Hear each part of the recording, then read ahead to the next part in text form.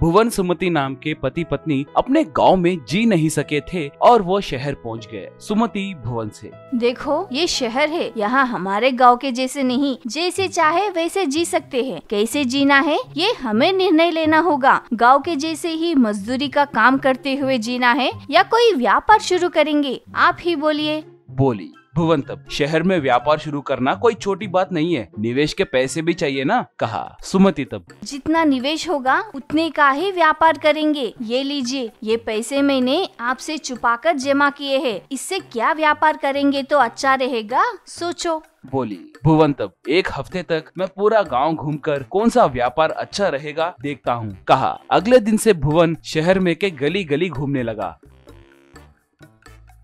उसे बेकरी के पास स्कूल के बच्चे और कॉलेज स्टूडेंट्स पिज्जा और बर्गर खाते हुए नजर आए। एक हफ्ते के बाद भुवन सुमति से, हम पिज्जा तैयार करके बेचेंगे। पिज्जा बहुत महंगे होते हैं, हम स्वादिष्ट पिज्जा उन्हें कम दाम में बेचेंगे तो अपना व्यापार अच्छे से चलेगा। कहा अगले दिन से भुवन और सुमति ज्यादा स्कूल्स और कॉलेजेस कहाँ रहते हैं ऐसी जगह को देखकर वहाँ पिज्जा बेचना शुरू करते हैं।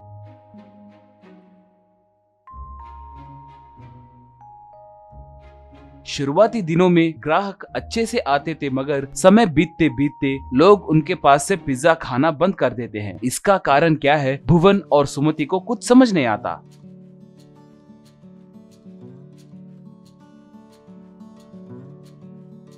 एक बार भुवन उनके पास पिज्जा खाने वाले एक स्टूडेंट को रोककर, बेटा हमारे पास पिज्जा स्वादिष्ट नहीं है क्या? हम बाहर से भी बहुत कम दाम में पिज्जा बेच रहे हैं ना। कहा वो कॉलेज स्टूडेंट तब, आपके पास मिलने वाला पिज्जा बड़े बड़े बेकरियों में मिलने वाले पिज्जे से भी बहुत अच्छे होते हैं। कहा भुवन तब, तो फिर हमारे पास लोग क्यों नहीं आ रहे हैं? पूछा वो, हम विद्यार्थी लोग पिज्जा और बर्गर स्वाद के लिए या पेट भरने के लिए नहीं खाते, सिर्फ स्टेटस के लिए खाते हैं। जो जितना ज्यादा महंगा पिज्जा खाएगा उसका स्टेटस बड़ा समझा जाएगा। कम दाम में पिज्जा बेचे तो कोई तुम्हारे पास नहीं खरीदेगा। मुझे आपके पिज्जा का स्वाद बहुत अच्छा लगने के कारण दोस्तों से छुपकर आ रहा हूँ। यहाँ पिज्जा खाया हूँ कहकर पता चला तो मेरे दोस्त मेरा मजाक उड़ाएंगे। आप किसी को भी मैं यहाँ पिज्जा खाया हूँ कहकर मत बताना। कहकर वहाँ से चला गया। भुवन उस कॉलेज स्टूडेंट के बातें सुनकर क्या करना है कहकर सोचने लगा।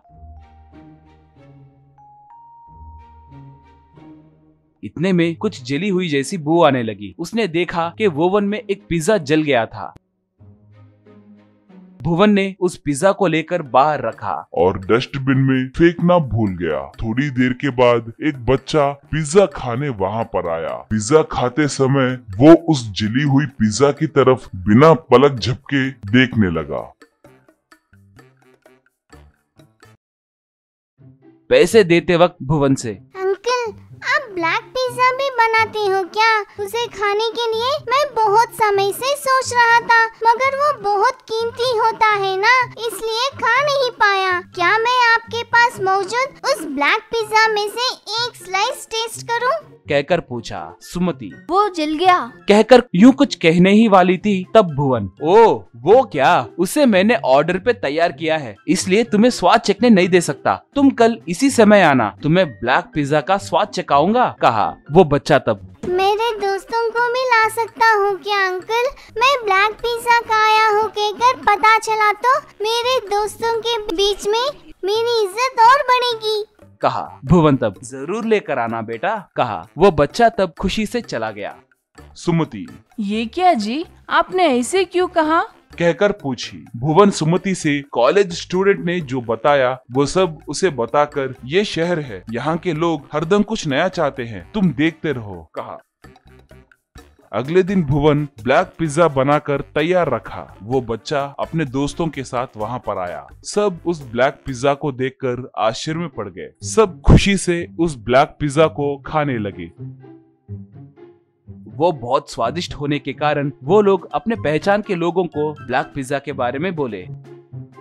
भुवन से बात करने वाला वो कॉलेज स्टूडेंट ब्लैक पिज्जा खाने आया। भुवन से। जैसे तैसे अच्छा स्टेटस कमाए। अब मैंने आपके पास से ब्लैक पिज्जा खाया हूँ कहकर मेरे दोस्तों से बड़े गर्व से कहूँगा, चाहे रेट जितना भी हो, मेरे बर्थडे पार्टी को मैं मेरे दोस्तों को यहाँ पर ही लाऊंगा, कहा। भुवन का ब्लैक पिज्जा का व्यापार अच्छे से चलने लगा।